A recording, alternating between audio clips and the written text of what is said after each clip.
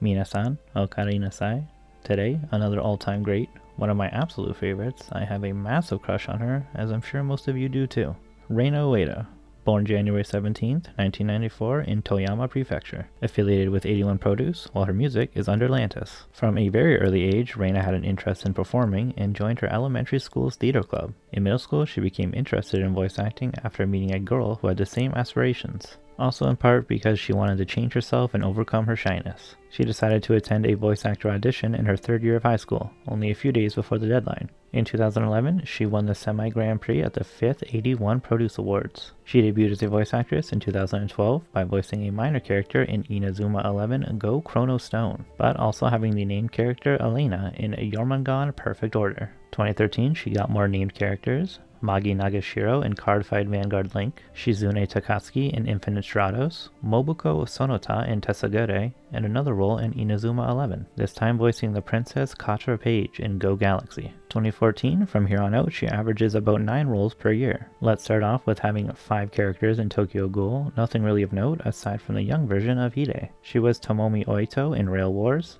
Ota in One Week Friends, Haruka Shibazaki in Terror in Resonance, 2 roles in Prepara, those being Ajimi Kiki and Jululu. But then her first leads, Yuri Makina in the movie Harmony, and then Naru Sekiya in Hana Yamata. In 2015, she voiced Yayoi Hanawa in Aikatsu, Neika in Blood Blockade Battlefront, Hakadal No. 4 in Hakadal the Animation, Momo Fujiwara in Rolling Girls, Elena Arshavin in Makagura School Suite, and then 2 more leads, Mika Nakemi in My Monster Secret, and Oko Otori in Anti-Magic Academy. To end off this year, she was one of 3 people who were awarded the Best New Actress award at the 9 Seiyu Awards, along with Sora Amamiya and Aya Suzaki. In 2016, she debuted as a singer with a mini-album Refrain. She also co-wrote the lyrics for all of the songs in the album. As for anime, well, she had a lot of leads. Hane Sakura in Bakuan, Mira Urasaki in Dimension W, Sophie Noel in Kuro Mukuro, An Onoya in Relife, really good show. She was also Lily Shirogane in Aikatsu Stars, and a really cool one, she voiced Mao, or Mallow, in the English version of Pokemon Sun and Moon. She easily had the best episode in that entire series.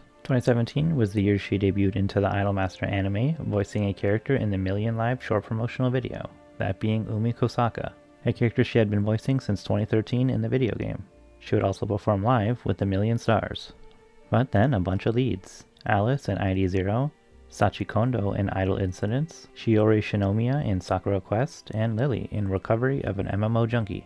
Another good show. Reina had the supporting roles of Hemi Morphite in Land of Lustrious, Mimiko Jigoku in Idle Time Prepara, and Rika Takashina in the Wake Up Girls anime. 2018 was her first single, Sleepland, the ending for Marchen Madchen, but she also released her first photo book, Wasu Reina. Absolutely gorgeous. Let's start off with the supporting roles this time. Saiko Intelli in My Hero Academia's 3rd season. Sumi Ayato in Real Girl, definitely watch this one. But also Suzu Fuda in Comic Girls. Oh, and Goblin Slayer's older sister in Goblin Slayer. Then the lead roles Mu in Caligula and Akane Shinjo in SSSS Gridman. 2019 was the year she had the most roles, but also being in 3 very popular shows. But before I talk about those, she started to voice Phaedrus in Bakugan Battle Planet. Shoutouts to my childhood. Given the fact that we are the same age, I'm sure she was just as hyped about this as well. She had the lead of Miyako Hoshino in Wataten, Reina in Grimm's Notes. Had to include this since she has the same name, and I love that. But also supporting roles of Karen in No Guns Life and Urumiya Uru in the 2nd season of Kakegururi. Now the 3 big ones, she was Kisa Soma in Fruits Baskets, Ruri in Dr. Stone, and the big one, Kanao Suyuri in Demon Slayer. Moving on to 2020, her 2nd single, Literature, but also her first full album, Empathy, and also her 2nd photo book.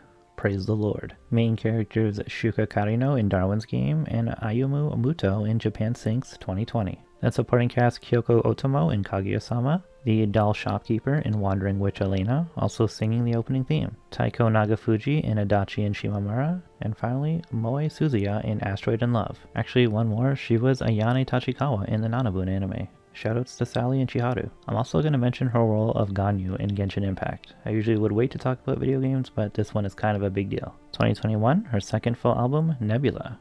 Then she voiced Sere Sere in the remake Sailor Moon movies. Not gonna lie, most of the shows she's in this year are pretty mid, but she had the leads of Ndaya Viaconi in The World's Finest Assassin gets reincarnated in another world as an aristocrat, Mio Hirahana in Blue Reflection Ray, Juna Doma in How a Realist Hero Rebuilt the Kingdom, and Gigi Andalucia in the Gundam movie Hathaway's Flash. The only really good shows in my opinion are voicing Apito in the Slime Diaries show, and Ereo Asura in Mashoko Tensei. She then received her second award, Best Supporting Actress, along with Akari Kito at the 15th Seiyu Awards. I wonder what would happen if they fused together. 手を抜かずにやっておりますので、キャスト陣全力でやっております。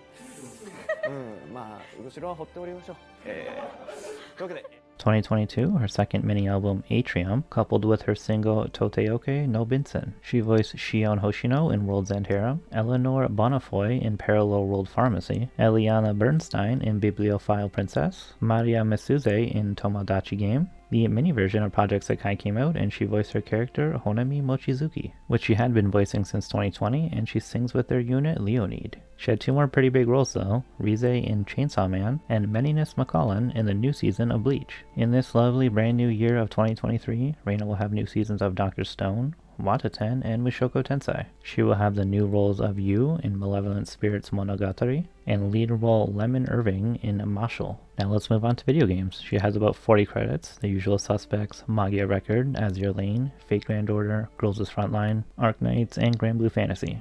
The game versions of Little Witch Academia, Konosuba, ReZero, and Caligula. But also some really cool games like Kirby Star Allies, Shin Megami Tensei 3 Remastered, Another Eden, League of Legends, Digimon Rio Rise, and she will also be in Fire Emblem Engage. Apparently she voices the Alolan Vulpix and Executor in Smash Ultimate as well. She has 1 live-action dubbing for an American comedy show Dickinson, and 3 animation credits. The only one I think worth noting is Young Justice, where she voiced Satana. Reina has 8 music credits for her shows, 2 of which I already mentioned, but the other 6 are just her singing the openings and endings with the main cast, in shows like Hanayamata, Prepara, Idol Incidents, and Bakuan. On to the concerts. She's been at Anisama with her Tesagure co-stars in 2015, then with A Million Stars in 2017, also being at the Atlantis Festival on day 3 in 2019, and because her performance in that event was so good, she got her first solo live in 2021. Titled Imagination Colors, which was supposed to be in the summer of 2020, but you know what happened. Surprisingly, this is her only solo live, as far as I can tell, and the only other thing to mention is that she's been in a handful of Project Sekai and Million Star live shows. So now let's get on to the fun facts. She's 157 centimeters, or 5'2". She is on the Twitter and the Instagram, though it's probably just the staff updating it. I've never even seen a photo of her taken by herself.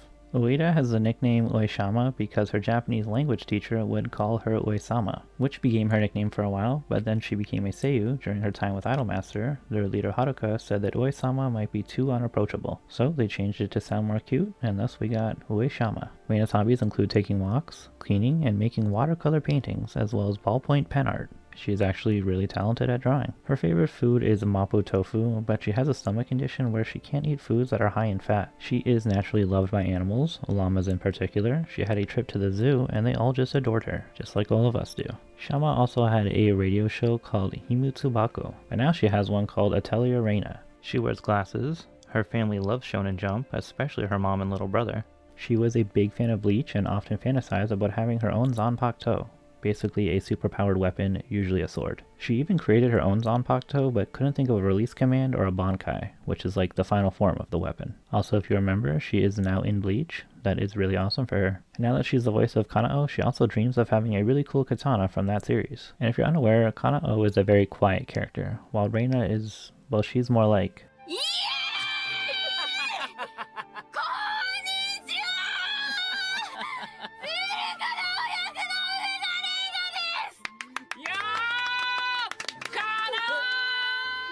And she was actually going to audition for Nezuko, but then she tried out for Shinobu. But of course they decided she was the best for Kanao. Her and Rie Takahashi are the best of friends. They first met when they were still in high school during their auditions. They both have a radio show called Shigohaji, which has been going on since 2017-ish, I believe. The two of them have also done a photo shoot together. Praise the Lord once again. The last few things are that she is a very big fan of Kana Hanazawa, even sometimes styling her hair to look like Kana's. Though I personally love the long hair Reina, the Kana Hanazawa styled Reina is also perfection. She also admires fellow popular Seiyu Saori Hayami, and she is a massive fan of Moyoshi's second photo book. I tried to end on somewhat of a comedic note. She really does love that photo book. And with that, we have reached the ending. As always with the big resume girls, I only covered a few facts. I didn't go over every single role, or this would have just been way too long. If I did miss one of your favorites, let me know down below. Thank you so much for watching. I hope you've enjoyed and learned something new. Please join me in the next one, the final recap video about the pop groups Tricell and Iris. I look forward to seeing you there.